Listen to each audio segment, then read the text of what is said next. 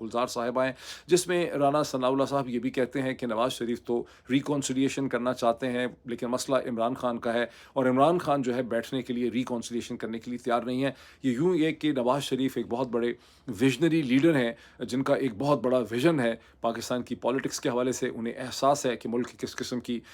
دشواریوں سے, کس قسم کی چیلنجز سے اس وقت اس میں پھنسا ہوا ہے, اور نواز شریف صاحب ہی وہ واحد آدمی ہیں, یہ باقاعدہ کہا ہے رانا ثناءاللہ صاحب نے, جو اس کا حل جو ہے وہ نکالنا چاہتے ہیں. لیکن اب یہ دیکھیے کہ یہ نیریٹو جو ہے, اس نیریٹو میں کچھ جینون گریوینسز بھی ہیں. جس قسم کی باتیں میاں جاوید لطیف اور رانا ثناءاللہ صاحب کر رہے ہیں, اس میں جینون گریوینسز یہ ہیں. اگر رانا ثناءاللہ صاحب کے کیس کو دیکھیں, انہوں نے مانا حامد بیر کے پروگرام میں کہ میں تو واقعی ہی جینونلی الیکشن ہارا ہوں. پرابلم یہ ہے کہ رانا ثناءاللہ کو اور ہارنے والے پی ایم ایل این کے جتنے بھی لوگ ہیں, انہیں اور نواز شریف صاحب کو اس چیز کا اچھی طرح سے اندازہ ہے کہ جو لوگ فارم 47 پہ جیتے ہیں, در حقیقت وہ سب بھی ہارے ہوئے ہیں. نواز شریف بھی ہارے ہوئے ہیں, شہباز شریف بھی ہارے ہوئے ہیں, محترمہ مریم نواز صاحبہ بھی ہاری ہوئی ہیں. اور ویسے تو میں نے کئی دفعہ اپنے ویلاگز میں یہ بات دہرائی کہ 15-16 سیٹیں ہی اصل میں فارم 45 میں ملی ہیں, لیکن پی ایم ایل این کے ایک سورس نے ٹوٹلی آف دا ریکارڈ مجھ سے یہ بات بھی کچھ عرصہ پہلے شیئر کی تھی کہ اصل میں ہماری سیٹیں 5-6 ہی ہیں, باقی جو فارم 45 پہ بھی ہمیں سیٹیں ملی ہیں اس میں بھی یہ تھا کہ زور لگایا گیا, جو ایک روایتی دھاندلی ہے, جو پانی اس میں بھی ملایا گیا. اب یہاں پہ ایک تھوڑا سا کانٹیکسچولائزیشن ہم کر لیں کہ نواز شریف صاحب کی اس وقت ایگزیکٹو اتھارٹی کی پوزیشن کیا ہے. نواز شریف صاحب کے بھائی پاکستان کے ماشاءاللہ چیف پرائم منسٹر ہیں شہباز شریف صاحب. ان کی صاحبزادی مریم نواز صاحبہ پاکستان کے سب سے بڑے صوبے کی چیف منسٹر ہیں. ان کے انتہائی اعتماد کے رشتہ دار اور سمدھی جو ہیں اسحاق ڈار صاحب کے اوپر بہت ٹرسٹ کرتے ہیں نواز شریف صاحب. تو نواز شریف صاحب کا اگر کوئی یعنی دل کا ساتھی ہے تو وہ جو ہیں وہ اسحاق ڈار صاحب ہیں. اسحاق ڈار صاحب اس وقت پاکستان کے فارن منسٹر ہیں. اب محمد اورنگزیب کے حوالے سے اکثر میڈیا یہ کہتا ہے کہ وہ اسٹیبلشمنٹ کے پلیئر ہیں, لوگ اکثر بتاتے رہتے ہیں, اس میں کوئی شک نہیں ہے کہ وہ ظاہر ہے اسٹیبلشمنٹ ہمیشہ ٹیکنوکریٹس کے ساتھ اس کا ایک تعلق ہوتا ہے. لیکن یہ بھی ایک حقیقت ہے کہ محمد اورنگزیب عرف اوری جو ہیں ان کا ہمیشہ سے پی ایم ایل این کی طرف جھکاؤ رہا. پی ایم ایل این اور ان کے خاندان کا ایک ریلیشن شپ ہے, یہ بڑا پرانا ریلیشن شپ ہے, بہت سے لوگ اس سے واقف ہیں. تو وہاں پر بھی نواز شریف صاحب کی چوائس ہے محمد اورنگزیب. ایسا نہیں ہے کہ محمد اورنگزیب صاحب کو کوئی جنرل عاصم منیر نے کہیں سے اوپر سے لا کے بٹھا دیا ہے. اب آگے بات چلیں, اس ملک کا جو اس وقت چیف جسٹس ہے,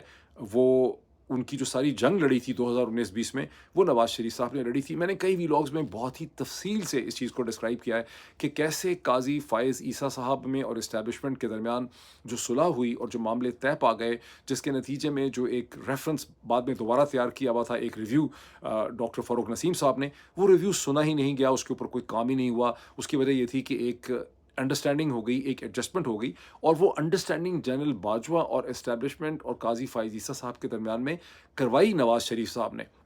تو ظاہر ہے کہ قاضی فائز عیسیٰ صاحب ان کے بہت ہی دست راست ہیں, ان کے ایک بہت بڑے سپورٹر ہیں. اور اس ملک کی اس وقت سیاہ و سفید کی طاقت کا مالک جو ہے, جو سب سے امپورٹنٹ شخصیت ہے پاکستان کے پولیٹیکل چیکر بورڈ میں, جنرل عاصم منیر, پاکستان کے آرمی چیف, ان کو آرمی چیف بنایا ہی نواز شریف صاحب نے. ابھی سچویشن ڈائنامکس کتنے ہی بدل کیوں نہ جائیں, عاصم منیر صاحب اس چیز سے واقف ہیں, سبھی لوگ اس چیز کو سمجھتے ہیں کہ اگر عاصم منیر صاحب کو 26 فروری یا 27 فروری 2022 میں آرمی چیف نہ بناتے نواز شریف صاحب, اور بڑی ریزسٹنس کے بعد انہوں نے آرمی چیف بنایا. اس اسٹیج پہ جو پہلے سمری بھیجی گئی تھی, اس سمری میں عاصم منیر صاحب کا نام ہی نہیں تھا. جو جنرل اظہر نے سمری بھیجی تھی, پھر ایک سیکنڈ سمری جنرل باجوہ نے بھیجی, اور اس زمانے میں میرا یہ خیال ہے کہ جنرل باجوہ کے اوپر بہت زیادہ پریشر لایا گیا. جنرل باجوہ کے حوالے سے بھی کوئی ایسی چیزیں تھیں نواز شریف کے پاس جس کی وجہ سے وہ ان کو انڈر پریشر لا سکے. تو میں آپ کو جو پکچر آپ دیکھیں کیا ہے, پرائم منسٹر اپنا, چیف منسٹر بیٹی اپنی, فارن منسٹر اپنا, فائنانس منسٹر اپنا, چیف جسٹس اپنا, آرمی چیف اپنا. ٹھیک ہے, تھوڑے بہت مسئلے بھی ہیں. نواز شریف صاحب کا اصل مسئلہ ہے کیا, ان کو اس نئی گریٹ گیم کی ضرورت ہے کیوں؟ نواز شریف صاحب ایک بہت ہی زیرک سیاستدان ہیں, اور ویسے تو کہنے میں ان کو نام ان کا شیر آیا رکھا ہے, لیکن اگر کئی دفعہ لوگوں کو تشبیہ دی جاتی ہے, سائیکو انالیسس کے اندر کہا جاتا ہے کہ یہ فلاں جانور سے تشبیہ کرتے ہیں. تو اگر کسی اینیمل فارم کے ساتھ کسی جانور کے ساتھ آپ ان کو تشبیہ دے سکتے ہیں تو وہ شیر نہیں ہے، وہ لومڑ ہے، وہ فاکس ہیں۔ 1982 سے نواز شریف صاحب پاکستانی سیاست سے ایکسپوزڈ ہیں، اس کے امپورٹنٹ پلیئر ہیں، ایز فائنانس منسٹر، پھر ایز چیف منسٹر پنجاب، پھر دوبارہ ایز چیف منسٹر پنجاب، پھر as prime minister of Pakistan, پھر ایز کی اپوزیشن لیڈر آف پاکستان، پھر once again as prime minister of Pakistan, پھر اگین ایز دی کی اپوزیشن لیڈر آف پاکستان، پھر ان ایگزائل، پھر نیگوسیشن، پھر اس کے بعد ان کا واپس آنا 2008 میں، پھر کی بڑی کیمپین چلانا، پھر کی اپوزیشن لیڈر ہونا، پھر ان کا دوبارہ پرائم منسٹر بننا، اور پھر ان کا دوبارہ جو ہے ایک کی اپوزیشن لیڈر کے طور پہ ہونا اور ان کا کم بیک کرنا۔ کوئی ایسا ہے سیاستدان پاکستان میں جس کا اس وقت اس قسم کا سی وی ہو؟ تو نواز شریف صاحب کی پاکستان کے پورے نظام اور پوری سیاست کی جو نبض ہے، اس کے جو ڈائنامکس ہیں، اس کا جو ڈھانچہ ہے، اس کے اوپر نواز شریف صاحب کی بڑی انڈرسٹینڈنگ ہے، کسی کی اتنی انڈرسٹینڈنگ نہیں۔ It is because of that understanding کہ نواز شریف کوئی اور کچھ بھی کہے، کوئی جرنلسٹ، کوئی اینالسٹ، کوئی جنرل صاحب جو ہیں وہ کوئی بھی کلیم کرتے رہیں، وہ کہیں ہم 5 سال چلائیں گے، نواز شریف صاحب کو اچھی طرح سے پتہ ہے کہ شہباز زرداری رجیم کا جو ڈھانچہ ہے یہ چلنے والا نہیں ہے، یہ بہت دیر نہیں چل سکتا۔ ان کو اندازہ ہے کہ ایون عمران خان کی حکومت بہت سٹیبل پالیٹکس میں بنی تھی 2018 میں، اس وقت کے حالات بڑے مختلف تھے، سسٹم میں بڑا ٹھہراؤ تھا، وہ الیکشن بھی کوئی اتنا خراب قسم کا نہیں تھا۔ نواز شریف صاحب کو احساس ہے کہ موجودہ سیٹس آف سرکمسٹانسز میں جو ہیں، اس میں یہ جو پورا ارینجمنٹ ہے، اسٹیبلشمنٹ، شہباز زرداری حکومت، Nawaz Sharif and all that, یہ بہت دیر تک سسٹین نہیں ہو سکتا۔ سونر اور لیٹر اس نے دھڑام سے گر جانا ہے، چیزیں کنٹرول سے باہر ہو جائیں گی، سسٹم کے اندر کیوس جو ہے وہ بڑھتا چلا جائے گا۔ اس لیے نواز شریف صاحب کے لیے بڑا ضروری ہے کہ وہ ایک کاؤنٹر بیانیہ جو ہے وہ بنائیں۔ وہ کاؤنٹر بیانیہ بنانے میں ہمیشہ کی طرح سب سے پہلے استعمال کیا گیا میاں جاوید لطیف صاحب کو، رانا ثناء اللہ اس کا حصہ ہیں، خرم دستگیر صاحب اس کا حصہ ہیں، پاکستان کے میڈیا کے بہت سے لوگ، اینکرز، رپورٹرز، اخباروں کے لکھنے والے، اخباروں کے ایون مدیر اخباروں کے، انفیکٹ جو مینجمنٹ ہے وہ اس پورے بیانیے کا اس وقت حصہ ہے جس سے نواز شریف صاحب شیپ کرنا چاہتے ہیں۔ اس بیانیے کے 2-3 کی پوائنٹس ہیں۔ اس بیانیے کا پوائنٹ یہ ہے کہ نواز شریف اور شہباز شریف صاحب کے درمیان ساری چیزیں ٹھیک نہیں ہیں، اور نواز شریف صاحب میں ایک سمجھتے ہیں کہ شہباز شریف اسٹیبلشمنٹ سے مل گئے ہیں اور نواز شریف صاحب کو بیٹرے کر دیا گیا ہے۔ نواز شریف صاحب اس حوالے سے بڑے رنجیدہ ہیں، بڑے پریشان ہیں، بڑے انڈر پریشر ہیں۔ پھر اس کا بیانیے کا پوائنٹ یہ ہے کہ نواز شریف صاحب بنیادی طور پر ایک ایسے سیاستدان ہیں جو اینٹی اسٹیبلشمنٹ ہیں، اور ان کا ایک بڑا اصول ہے، وہ بڑے لیڈر ہیں، وہ پاکستان کا سوچتے ہیں، مستقبل کا سوچتے ہیں، وہ پولیٹیکل ریکونسیلیشن کا سوچتے ہیں، جیسے کہ رانا ثناء اللہ صاحب نے کہا۔ حقیقت کیا ہے میں آپ کو یاد کرواؤں گا، آپ میں سے بہت سے لوگ واقف ہیں، پڑھے لکھے سمجھدار لوگ ہیں، لیکن میں آپ کو یاد کرواؤں گا اور آپ کو یاد آئے گا۔ نواز شریف صاحب کو جب ضرورت پڑی وہ اینٹی اسٹیبلشمنٹ ہو گئے، جب ان کو ضرورت پڑی انہوں نے اسٹیبلشمنٹ کو استعمال کیا اپنے سیاسی مقاصد کے لیے۔ انہوں نے کوئی ایک جرنیل نہیں ہے، وہ درجنوں جرنیلوں کو استعمال کر چکے ہیں۔ کبھی انہوں نے فوج کو اور اس کی اسٹیبلشمنٹ کی، کیونکہ ان کو احساس تھا کہ پاکستان کی سیاست میں جو سب سے بڑی جو طاقت کا کلیہ ہے، جو طاقت کی اکائی ہے، وہ اسٹیبلشمنٹ ہے، ملٹری اسٹیبلشمنٹ ہے۔ تو انہوں نے ملٹری اسٹیبلشمنٹ کے ساتھ الائنس کیا بے نظیر بھٹو کے خلاف۔ انہوں نے بعد میں بے نظیر بھٹو کے چلے جانے کے بعد آصف علی زرداری کی جو حکومت تھی اس میں جنرل کیانی اور سپریم کورٹ کے ساتھ الائنس کیا۔ انہوں نے عمران خان کے خلاف ابھی جو ریسنٹ ہے وہ الائنس انہوں نے کیا۔ جب ان کو ضرورت پڑی وہ اسٹیبلشمنٹ کے خلاف بھی ہو گئے۔ جب ان کو لگا کہ میں نے پورے پاکستان کے منظر نامے پہ قبضہ کر لیا ہے، تو انہوں نے ہندوستان کے ساتھ ایک ریلیشن شپ رکھ کے پاکستان کی ملٹری اسٹیبلشمنٹ کے خلاف انڈیا کے لیوریج کو یوز کرنا چاہا، نوئنگ فلی ویل ان کی انڈرسٹینڈنگ تھی کہ اگر میں ہندوستان کی کارپوریٹ ورلڈ کو، پالیٹکس کو اندر لے آتا ہوں، کچھ بارڈرز پہ ٹینشنز کم کرتا ہوں، تو میں پاکستان کی اسٹیبلشمنٹ کی طاقت کو کنفرونٹ کر سکوں گا۔ جب ضرورت پڑی تو انہوں نے مغرب کے ساتھ بھی اس حوالے سے تعلقات بنانے چاہے اور ان کی نیڈز کو بھی انہوں نے پورا کرنا چاہا۔ میرا کہنے کا مطلب یہ ہے کہ نواز شریف صاحب کوئی ایسے بہت بڑے اسٹیٹ نیشنل ویژنری لیڈر نہیں ہے جیسا کہ ان کو پیش کرنے کی کوشش کی جا رہی ہے۔ وہ اس وقت پریشان صرف اس وجہ سے ہیں،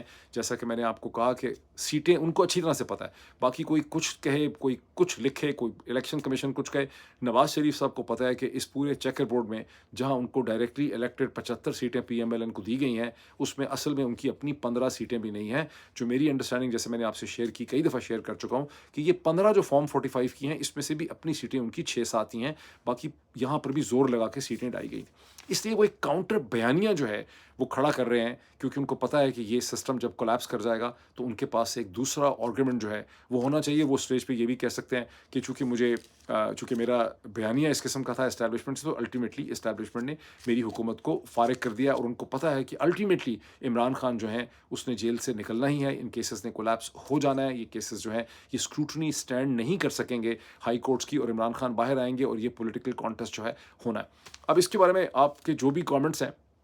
I will wait for those comments, ہم آگے چلتے ہیں۔ اگلی ڈیولپمنٹ اس سے بھی زیادہ انٹرسٹنگ ہے، اور یہ ایک ایسی ڈیولپمنٹ ہے جو آپ نے کہیں دیکھی ہی نہیں ہوگی۔ جو پہلی میں نے بات کی ہے وہ تو آپ کو پھر ادھر ادھر آگے پیچھے سے اس کی ایک ڈبیٹ آپ کو نظر آ رہی ہے، جو میں اب آپ سے بات کرنے والا ہوں اس کی کوئی کسی قسم کی ڈبیٹ آپ کو نظر ہی نہیں آ رہی۔ اس کا تعلق ہے ٹویٹر کے ساتھ۔ ایز یو فلی نو کہ پاکستان میں ٹویٹر 17-18 فروری 2024 سے بند ہے۔ اس وقت صورتحال یہ ہے جب میں بات کر رہا ہوں، دو پاکستان کی ہائی کورٹس میں ٹویٹر کے حوالے سے کیسز کے پٹیشنز سنی جا رہی ہیں۔ ایک ہے سندھ ہائی کورٹ کراچی کے اندر، ایک ہے اسلام آباد ہائی کورٹ اسلام آباد کے اندر۔ سندھ ہائی کورٹ میں جو پٹیشن لے کر گئے ہیں وہ جبران ناصر صاحب اور ان کے ساتھ معیز جعفری، دونوں وکیل بھی ہیں، دونوں ایکٹیوسٹ بھی ہیں، یہ دونوں کیس لے کے گئے۔ سندھ ہائی کورٹ نے حکم دیا ہوا ہے، ایک دن پہلے 24 گھنٹے ہو گئے ہیں، انہوں نے وزارت داخلہ کو، پاکستان کی حکومت کو یہ حکم دیا ہے کہ 7 دنوں کے اندر اندر ٹویٹر کو آپ کھولیں مکمل طور پہ، اور جو ٹویٹر کے حوالے سے منسٹری آف انٹیریئر کا ایک نوٹیفیکیشن اسٹروک لیٹر ہے 17 فروری کا، اس کو کینسل کریں، اس کا کوئی جواز نہیں بنتا۔ سو سندھ ہائی کورٹ کی بڑی بلیک اینڈ وائٹ کلیئر اس کے حوالے سے پوزیشن ہے۔ جو ٹرکی ایشو ہے یہاں پہ وہ ہے اسلام آباد ہائی کورٹ۔ اسلام آباد ہائی کورٹ میں بھی ایک جرنلسٹ ہی پٹیشن لے کے گئے ہیں، غالباً احتشام ان کا نام ہے، مجھے ٹھیک طرح سے میں ریکلیکٹ نہیں کر رہا وہ کون ہے، آئی ایم ناٹ ریکلیکٹنگ ہم کہ یہ کون صاحب ہیں، لیکن کون لے کے گیا ہے پٹیشن وہ بھی ویسے امپورٹنٹ ہوتا ہے کہ پٹیشن کئی دفعہ کروائی جاتی ہے کسی مقصد سے، لیکن یہاں زیادہ امپورٹنٹ چیز ہے کہ پٹیشن لگی ہوئی ہے اسلام آباد ہائی کورٹ کے چیف جسٹس جناب معزز عامر فاروق صاحب کے سامنے۔ بات بڑی کلیئر ہو جاتی ہے کہ پٹیشن لگوائی گئی ہے ان کے سامنے۔ اب یہ جو پٹیشن لگی ہوئی ہے اسلام آباد ہائی کورٹ میں، یہاں پر ایک بہت ہی بڑا رپورٹ جو ہے وہ منسٹری آف انٹیریئر نے یہاں پہ سبمٹ کی ہے، اور وہ رپورٹ یہ بھی کہتی ہے کہ یہ رپورٹ انٹیلیجنس ایجنسیز کے ان پٹ سے بنائی گئی ہے، یعنی انٹیلیجنس ایجنسیز کا اس میں لکھی سمجھے انہوں نے۔ یہ رپورٹ یہ کہتی ہے کہ ٹویٹر کو اس لیے بند کرنا پڑا۔ اچھا، یہ بڑی انٹرسٹنگ بات یہ ہے کہ پہلے تو کئی ہفتوں تک یہ ڈینائی کیا گیا کہ ٹویٹر خود سے بند ہو گیا، ہمیں پتہ ہی نہیں ٹویٹر کیسے بند ہوا ہے، پی ٹی اے کہتا تھا اس کو پتہ نہیں ہے، بڑی دیر کے بعد یہ مانا گیا کہ ہم نے بند کیا۔ تو اب یہ ہے کہ ہم نے ٹویٹر کو اس لیے بند کرنا پڑ گیا ٹیمپرری طور پہ، یہ بھی بڑا امپورٹنٹ ہے، اس میں بار بار لفظ ٹیمپرری جو ہے اس کو یوز کیا گیا ہے۔ تو ٹویٹر کو ہمیں بند کرنا پڑ گیا کہ ٹویٹر ہم سے کوآپریٹ نہیں کرتا۔ ہم ٹویٹر کو جو ہم نے اپنی فرمائشیں دی ہیں، یہ آرڈرز دیے ہیں کہ آپ یہ چیز کریں، اس طرح سے کریں، اس طرح سے کریں، یہ بین کریں، یہ روکیں، وہ ٹویٹر نے اس کو مانا نہیں ہے۔ اور ٹویٹر کے اندر عناصر ایسے ہیں، خاص کر کے بیرون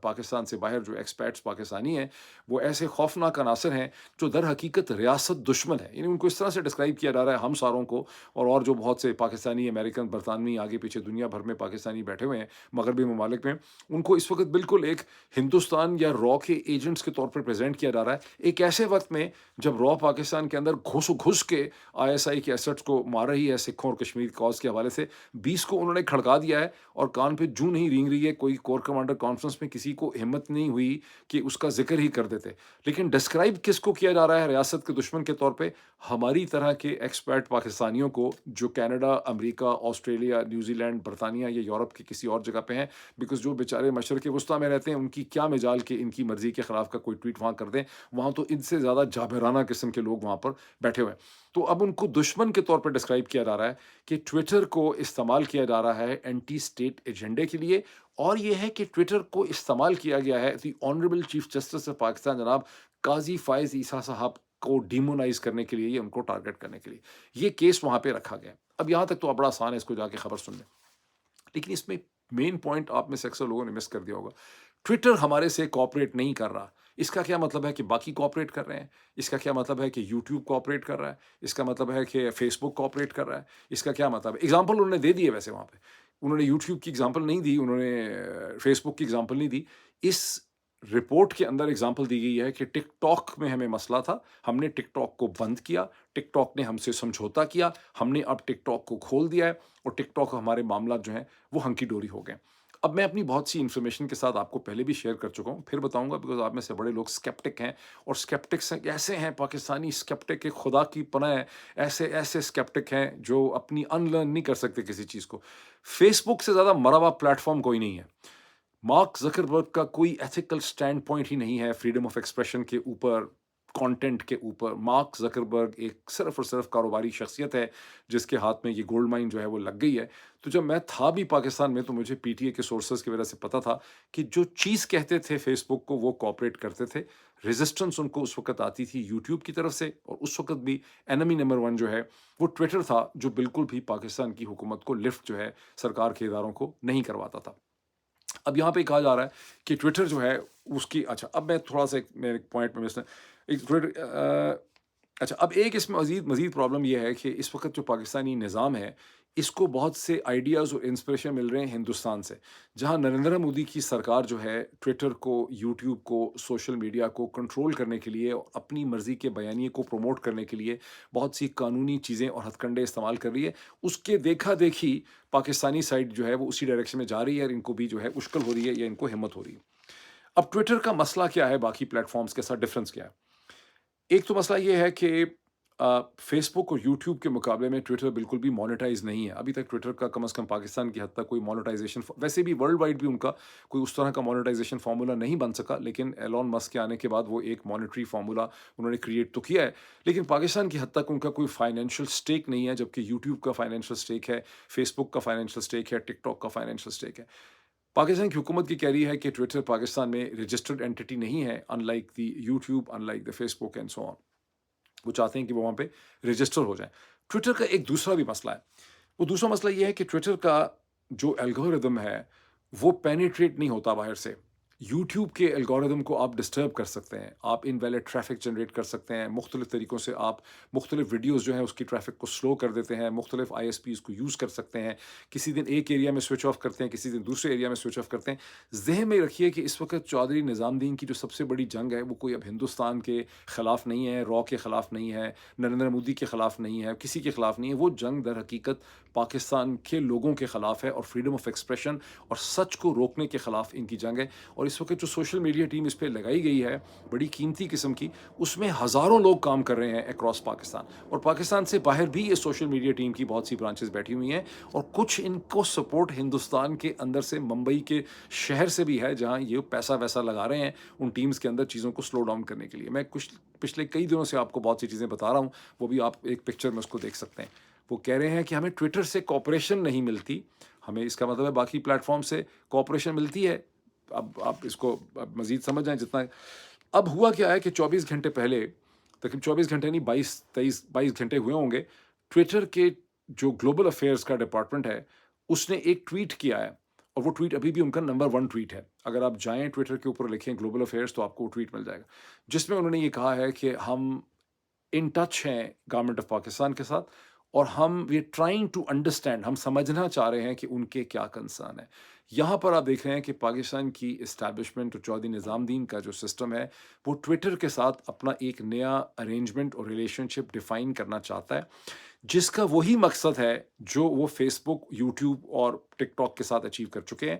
اور وہ مقصد یہ ہے کہ ہم ایک ایکسیپٹیبل قسم کے بیانیے کو، جس کو ہم رسپانسبل بیانیہ کہتے ہیں، ہم اس کو پروموٹ کرنا چاہتے ہیں، اور جو ہمارے حساب سے غلط بیانیہ ہے، جیسے اس ناچیز کا بیانیہ ہے، اسے ہم سلو ڈاؤن کرنا چاہتے ہیں۔ بلاک نہیں کرنا چاہتے مکمل، چاہیں تو بلاک بھی کر سکتے ہیں۔ یہ چاہتے ہیں کہ یہ دکھائیں کہ ایک جو رسپانسبل بیانیہ ہے، جو ان کے بارے میں تو صحیح چپتے ہوئے سوال نہیں اٹھاتا، صرف ڈسکرائب کر دیتا ہے چیزوں کو کہ یہ بھی ہوا، یہ بھی ہوا، یہ بھی ہوا، کویسچنز ریز نہیں کرتا، اصل میں انالیسس آفر نہیں کرتا، ان پلیٹ فارمز کو یہ پروموٹ کرنا چاہتے ہیں جہاں انالیسس ہے، چپتی ہوئی بات ہے، ڈیفیکلٹ و مشکل سوالات ہیں، اس کو یہ سلو ڈاؤن کرنا چاہتے ہیں۔ یہ ارینجمنٹ حاصل کرنا چاہ رہے ہیں ٹویٹر کے ساتھ، یہ ارینجمنٹ یوٹیوب کے ساتھ، فیس بک کے ساتھ بہت زبردست طریقے سے حاصل کر چکے ہوئے ہیں۔ کیا اس کی موڈیلٹیز ہیں مجھے 100% نہیں پتا، لیکن یوٹیوب کے الگوریدم کو یہ ڈسٹرب کر لیتے ہیں بڑی آسانی سے، ان کے پاس کیپیبلٹی ہے،